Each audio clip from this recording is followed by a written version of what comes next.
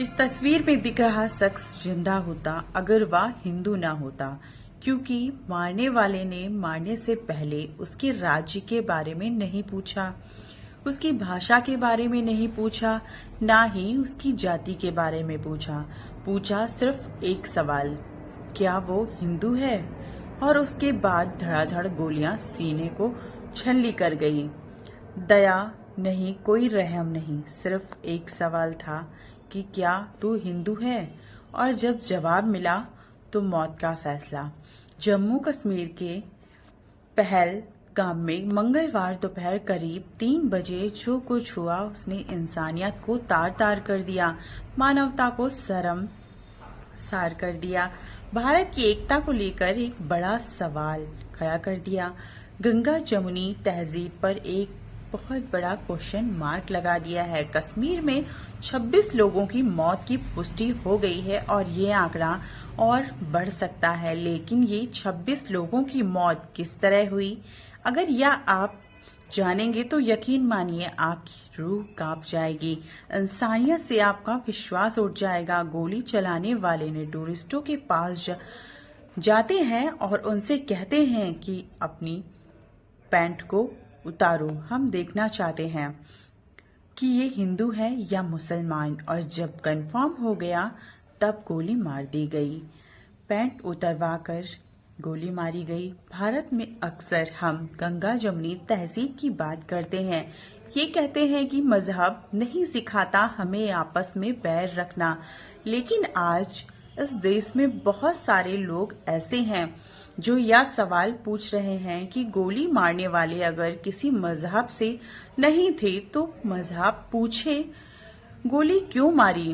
बड़ा अफसोस हो रहा है हमें आज यह सवाल कहते हुए, क्योंकि यह सवाल पूछ रहे हैं उनकी बात को हम पूरी तरह से नकार नहीं पा रहे हैं। चंद रोज पहले हम कश्मीर के अंदर थे, हजारों लोगों से मिल रहे थे, बेशुमार मोहब्बत हमें भी मिल रही थी, लेकिन उसी कश्मीर में वो लोग भी हैं जो मजहब, जो धर्म देखकर लोगों का कत्ल कर रहे हैं। और इसी वजह से आज बड़े अफसोस से हम कह रहे हैं कि इस सवाल को हम चाहकर भी नहीं नकार सकते, क्योंकि जिन्हें मारा गया उनके साथ कोई बहस नहीं हुई, कोई सवाल नहीं पूछा गया, इंसानियत नहीं देखा गया। और इसलिए हम बड़े अफसोस से कह रहे हैं कि यह हत्या नहीं, ऐलान था कश्मीर में हिंदू होने का कि अगर आप हिंदू हैं तो कश्मीर में यह जुर्म ना जाति पूछी गई, ना भाषा पूछी गई, ना ही राज्य पूछा गया, सिर्फ एक सवाल। उसके बाद मौत के घाट उतार दिया गया। इसे आप टारगेट किलिंग से आगे बढ़कर सुनियोजित नरसंहार की संज्ञा दे सकते हैं। मंजुनाथ राव कर्नाटक का एक परिवार जो यहाँ पहुंचा था, उसमें मंजुनाथ राव जो है वह अपनी पत्नी पल्लवी और बेटे के साथ कश्मीर देखने पहुंचे थे। हम सबकी नजर में कश्मीर भारत का ताज है। कश्मीर वो जगह है जो दुनिया में जन्नत की निगाहों से देखा जाता है, और शायद यह परिवार भी जन्नत देखने ही पहुंचा था, मगर इसे एहसास नहीं था कि हिंदू होकर जन्नत देखने जाना उनकी जिंदगी पर कितना भारी पड़ सकता है। आतंकवादी पहुंचे, उससे नाम पूछा, पता लगा हिंदू है। अगले पल उसकी छाती पर गोलियों की बरसात कर दी। उसकी पत्नी और बेटे की आंखों के सामने उसे गोली मार दी गई। पत्नी चीखती रही, चिल्लाती रही, या कहती रही कि तुमने मेरे पति को मार डाला, मुझे भी मार डालो। उसके बाद जवाब आता है कि नहीं, तुझे जिंदा रहना है, जा मोदी को बता देना। शब्द नहीं है मेरे पास, शब्द नहीं है, आत्मा चित्कार कर रही है। हम इस देश में दिन रात संविधान की बातें करते हैं, दुहाई देते हैं। संविधान कहता है कि हम सब एक हैं, बराबर हैं, मगर आतंकवादियों का संविधान वो कहता है कि हिंदू में काफिर हैं, वो काफिर हैं, सांस लेने का हक नहीं है। वो कहता है कि अल्लाह का फरमान है कि हर काफिर अपना, तो बांग्लादेश से बंगाल और कश्मीर तक मारने वाले भी वही मारने वाले हैं, वही। और बड़े अफसोस के साथ कहना पड़ रहा है कि ऐसा नहीं है कि इस आतंकवादी घटना के जरिए इस देश के हर मुसलमान को हम निशाना बना रहे हैं, लेकिन आज इस घटना का जो विरोध नहीं करेगा उस पर सवाल उठेगा, क्योंकि आज यह हत्या मजहब की वजह से हुई है।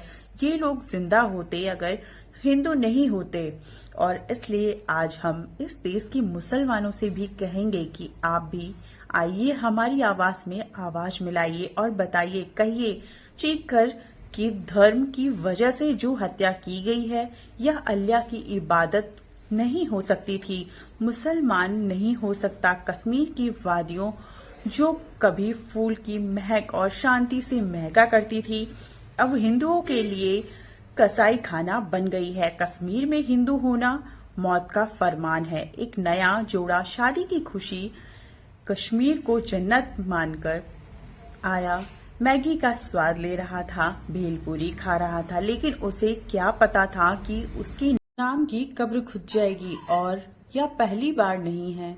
द कश्मीर फाइल्स ने जब कश्मीरी पंडितों के घाव को कुरेदा था तो उस फिल्म को इस्लामोफोबिक कहकर खारिज कर दिया गया था। कुछ तारीखों के हेरफेर को लेकर पूरी घटना को इनकार कर दिया गया था, लेकिन कश्मीर में आतंक का मजहबी खूनी इतिहास जानना जरूरी है, और आज वो इतिहास हम आपको बताएंगे। 1989 में टप्पू की हत्या, 1990 में रालिफ गालिफ और जालिफ का नारा, 2025 की ताजा लाशों की तस्वीरें। ऐसा लगता है कि कश्मीर में हिंदुओं के खून को बहाना रिवाज बन गया है। लश्कर से लेकर डीआरएफ, हिजबुल, सब ने सिर्फ और सिर्फ एक मजहब का खून पिया है, और वो है 1989 से ही कश्मीर हिंदुओं के लिए कब्रिस्तान बन गया है। JKLF के बेटा कराटे ने 20 से 40 पंडितों को काटने पर गर्व किया। 1990 में सैकड़ों हिंदू मारे गए, लाखों हिंदू पंडित ऐसे थे जो अपनी जड़ें छोड़कर वहां से चले गए। नदी मार्ग में 24 पंडितों का नरसंहार हुआ। के कंचू के चावल के डब्बे में हुई, और यह सारी कहानियां हम सबके सामने आई, लेकिन सेकुलर नौटंकी में उलझकर हमने इसे खारिज कर दिया। लेकिन क्या बदला? आज भी नाम पूछकर मारा जा रहा है। 2022 में 150 पंडित कर्मचारी डरकर भाग गए थे। 2023 में संजय शर्मा मारे गए, और अब पहलगांव में पर्यटकों को खत्म नहीं बल्कि यह नरसंहार किया जा रहा है। यह हिंदुओं का सुनियोजित जनसंहार है। फरवरी 2019 में पुलवामा हमले में 45 जवान शहीद हुए, और इसके बाद यह अब तक का सबसे बड़ा घटनाक्रम है। आतंकवादियों ने एक बार फिर से हिंदुओं को ही निशाना बनाया है, और यह संयोग नहीं, सुनिश्चित साजिश है। दरअसल हिंदुओं का खून बहाना आतंकवादियों का शौक बन चुका है। ना जाति, ना भाषा, ना राज्य, बस एक सवाल, क्या तुम हिंदू हो? जवाब आया, बोलिए। जिसने जवाब नहीं दिया उसकी पैंट उतार के चेक कर लिया गया। लो सवाल आज इस देश की सरकार से भी है। सवाल आज प्रधानमंत्री नरेंद्र मोदी और गृह मंत्री अमित शाह से भी है कि जब आप यह दावा करते हैं कि देश सुरक्षित हाथों में है, तो यह सरकार बार बार कहती थी कि नोटबंदी के बाद धारा 370 खत्म होने के बाद आतंकवाद खत्म हो गया था, लेकिन पिछली बार जब डोनाल्ड ट्रंप आए तो दिल्ली जली। अब अमेरिका का उपराष्ट्रपति आया तो कश्मीर में खून बह रहा है। क्या यह सब संयोग है? लगता तो नहीं है, लेकिन सवाल यह है कि आप क्या कर रहे हैं। देश के गृह मंत्री कश्मीर के दौरे पर गए हैं, लेकिन इस घटना के होने के बाद कश्मीर में आतंकवादियों के हौसले क्यों नहीं इतने बस थे कि ऐसी घटना करने से पहले उन्हें 1000 बार सोचना पड़ता, क्योंकि आतंकवादियों में खौफ नहीं था। और इस सवाल का जवाब देना पड़ेगा देश के प्रधानमंत्री को। जी हाँ दोस्तों, क्योंकि जनता देख रही है और जनता को बयान नहीं बदला चाहिए, निर्णायक बदला। खून बह रहा है, उसका जवाब चाहिए, बिना भाषण, बिना दिखावे के। कश्मीर में अगर हिंदू होना गुनाह है तो फिर सरकार की खामोशी पर सवाल उठेगा, क्योंकि सरकार आपको यह जवाब देना पड़ेगा कि आप देश चला रहे हैं या लाशें। और अगर मोदी सरकार के भी राज में हिंदू की पहचान उसकी मौत बन जाए तो फिर किसी शांति की बीन बजाई जा रही है। सोचिएगा, यह मामला लश्कर तबा के संगठन द रजिस्ट्रेशन फ्रंट ऑफ किया गया था। जम्मू कश्मीर के पुलवामा के बाद यह सबसे बड़ा हमला था। तो सरकार हर एक हिंदू का जो खून बहा, हर एक इंसान का जो खून बहा है कश्मीर में, उसका हिसाब लेना होगा। आप कश्मीर को जन्नत बनाने की तैयारी करो, लेकिन उससे पहले इस खूनी जहर को खत्म करो। देश की जनता चीख रही है, अब और खून नहीं, अब और आतंकवाद नहीं, अब और भारत की अखंडता एकता पर हमला नहीं। आशा करते हैं कि इस घटना के बाद ऐसी घटना में हमें आपको रूबरू नहीं कराना पड़ेगा, और अगर होना पड़ा तो इससे बड़ा दुर्भाग्य देश का नहीं होगा। आशा करते हैं कि जिनका खून बहा है उन्हें इंसाफ मिलेगा। आशा करते हैं कि 140 करोड़ भारतीय एक सुर में सुर की जो हुआ है भारत की अखंडता एकता पर हमला, और भारत मजहबी आतंकवादी और जो नहीं कह रहा उसके बारे में आपको सोचने की जरूरत है। ईश्वर से हम मृतकों के परिजनों के लिए विनती करते हैं, मृतकों की शांति के लिए दुआ करते हैं। ओम शांति। जय हिंद, जय भारत।